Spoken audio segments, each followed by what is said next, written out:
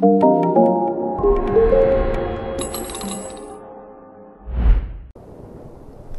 guys, what's up? I am Clappy1984, and for those of you that don't know me out there, I'm 6'2", have brown eyes and like long walks on the beach. Right, now we got over and done with. Hi guys, how are we all doing? Today we're going to be talking about the art of winning. Obviously, since I switched over to PC, basically I've had to start fresh right from the very bottom of the rung, and literally it's been pretty nasty at times. And this is basically something that I've had to consider. I've had to roll back the clock and remember the certain things I did right at the very beginning to make sure I was able to play the game without getting too frustrated and getting my ass kicked, basically. So we're going to cover these little factors today, starting with our very first one, squad balance. Okay, so squad balance is pretty straightforward, guys. This is just making sure you're not stacking perks. I find this one of the most annoying things in Battlefield 3. It doesn't benefit you at all in any shape or form. It's just more of a hindrance than anything. Also, have a look at the people, what roles people are playing in your squad when you join. If you've already got 3 assault guys, you don't need a 4th. Why not try running support and being more effective as a squad rather than playing as an individual? Just little things like this can make all the difference between winning and losing. Okay, next up, picking the right weapon. Okay, so when picking a weapon, there's obviously a few things that you need to consider. You need to consider what sort of engagements you're going to be in. Are they going to be close to medium range? Are they going to be medium to long range? Or are they possibly going to be all long range? For instance, as you can see, I'm playing on St. Crossing here, which most of your engagements are going to be close to medium range. You are going to get a couple of long range engagements, but as long as you equip a heavy barrel to any assault rifle you've got, I'm pretty sure you should be able to pick off the further targets with not too much problems. Obviously, if you're on a bigger map, you want something that is going to have a bit more clout at longer range, and maybe with something with a slower fire rate that isn't going to give you too much recoil to deal with when you do start firing at range. So you've balanced your squad and you've now picked your weapon to go into battle with.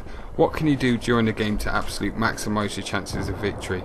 As far as I'm concerned, the best tactic and the most fun is flanking. Obviously, flanking is one of the arts of the game where if you manage to get behind the enemy and come from an angle they least expect you, you can cause absolute carnage. Obviously, a lot of people get distracted in gun battles. I can do a good example here on Grand Bazaar on the B flag down the tunnel. You can get distracted in epic battles down there.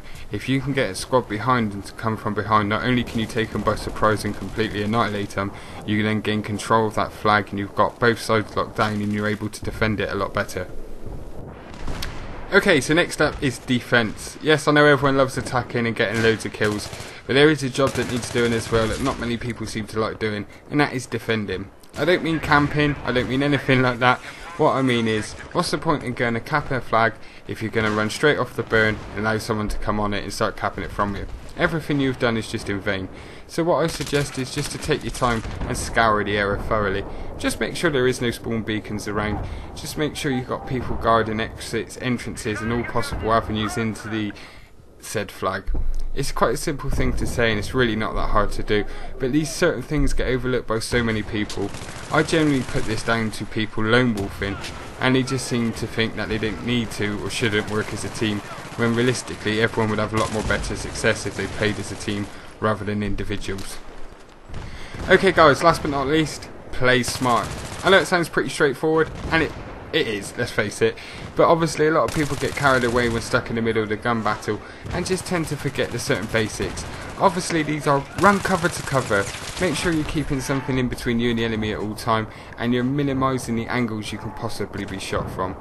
Also, another thing to think of when approaching a flag or an MCOM or anything like that, consider to yourself, if I was the enemy, where would I be? 99.9% of the times you will find enemy in those places. It is just a matter of playing it smart, thinking before acting.